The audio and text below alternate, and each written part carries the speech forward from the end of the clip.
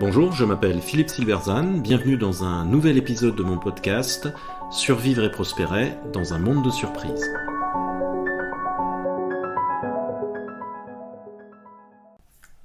Pourquoi notre société n'est pas capitaliste mais entrepreneuriale et pourquoi c'est important ? Mal nommer un objet, c'est ajouter au malheur du monde, écrivait le philosophe français Brice Parrain. Les mots que nous choisissons pour nommer les choses sont importants. Encore plus important est de savoir d'où viennent ces mots et qui les a choisis. C'est le cas pour notre société que nous qualifions, à tort, de capitaliste. Le terme capitalisme a été inventé par l'économiste allemand Werner Sohnbarth pour qualifier la société qui émerge en Europe à partir du XVIIe siècle. Et il était péjoratif. Il la qualifie de capitaliste car selon lui, sa caractéristique principale, son moteur essentiel, réside dans l'accumulation du capital.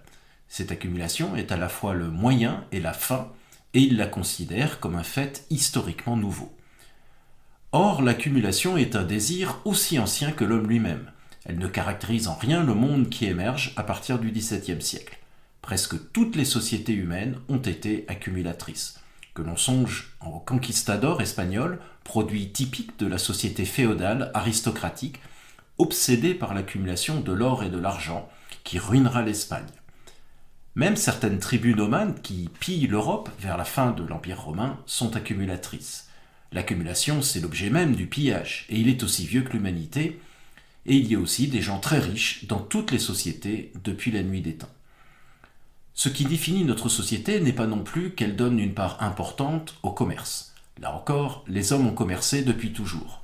Le commerce international existait déjà au néolithique, même s'il ne touchait souvent qu'une faible partie de la société. L'Asie, par exemple, a une très forte culture commerciale, notamment dans la diaspora chinoise, que l'on retrouve par exemple en Thaïlande et en Malaisie, et cette culture existe également au Moyen-Orient et en Afrique. En fait, elle existe presque partout. Le commerce est source de dynamisme et de richesse, mais il ne correspond pas toujours à une culture d'innovation.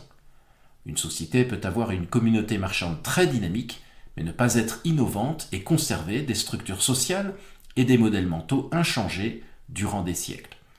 D'ailleurs, l'historien David Graess observe que si l'on définit le capitalisme en termes d'entrepreneurs, produisant selon des méthodes rationnelles et cherchant à vendre leurs produits sur un marché, alors le capitalisme n'a jamais été spécifique à l'Occident. Pour l'économiste et historienne Deirdre McCloskey, la société qui émerge approximativement à partir du XVIIe siècle n'est ni capitaliste ni commerciale, mais bourgeoise. C'est une société qui reconnaît la dignité par le travail et le talent, en opposition au modèle mental médiéval de la dignité par la naissance. Mais là encore, le terme bourgeois ne semble pas définir correctement cette nouvelle société, car on peut être bourgeois et conservateur. Ce qui caractérise cette société, c'est la posture d'innovation.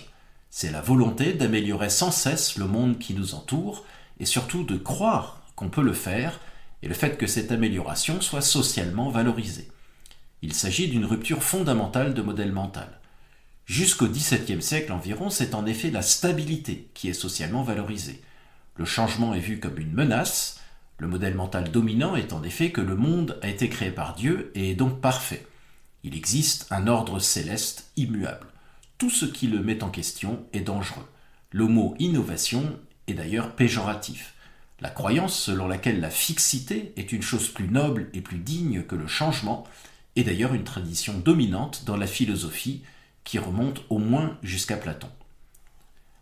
Dans son ouvrage « Capitalisme, socialisme et démocratie », l'économiste Joseph Schumpeter, qui comme tant d'autres a adopté le terme de capitalisme pour la qualifier, indique en effet que cette société repose sur un processus d'évolution. Évolution du marché et des firmes qui le composent, évolution des technologies, évolution des goûts et des habitudes, etc. Le système est dynamique, il est au contraire en perpétuel renouvellement, ne revenant jamais au même point, dans un processus de destruction créatrice, pour reprendre l'expression fameuse de Schumpeter, où l'ancien est remplacé par le nouveau, qui sera lui-même remplacé à son tour. L'accumulation, qui est nécessaire pour constituer un capital, est bien plus un préalable qu'un objectif, et ce préalable n'existe que dans certains domaines lorsque, par exemple, le lancement de l'activité nécessite un fort investissement initial, comme construire une usine. Il n'existe quasiment pas dans les activités de service. Notre société n'est pas capitaliste au sens d'une recherche d'accumulation, mais entrepreneuriale, au sens où elle repose sur l'innovation. Elle n'est pas innovante de façon gratuite, comme peut l'être l'art par exemple, mais elle utilise l'échange pour innover. Les deux sont indissociables. Certaines sociétés innovent sans commercer, d'autres commercent sans innover.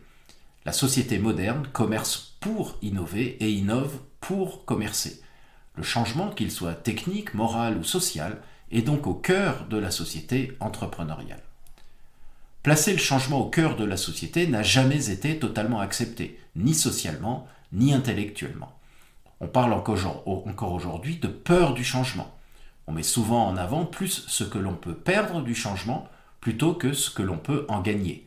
Ainsi, il est caractéristique que l'écho principal donné au développement de ChatGPT ait été pour en souligner les risques beaucoup plus que pour en souligner l'intérêt et le potentiel formidable.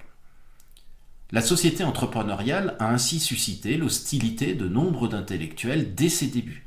Le mouvement romantique allemand est un long cri de protestation contre elle, plaidant pour un réenchantement du monde, un retour à celui d'avant la technique. Le modèle mental étant que le monde naturel, débarrassé de la technique, était enchanté.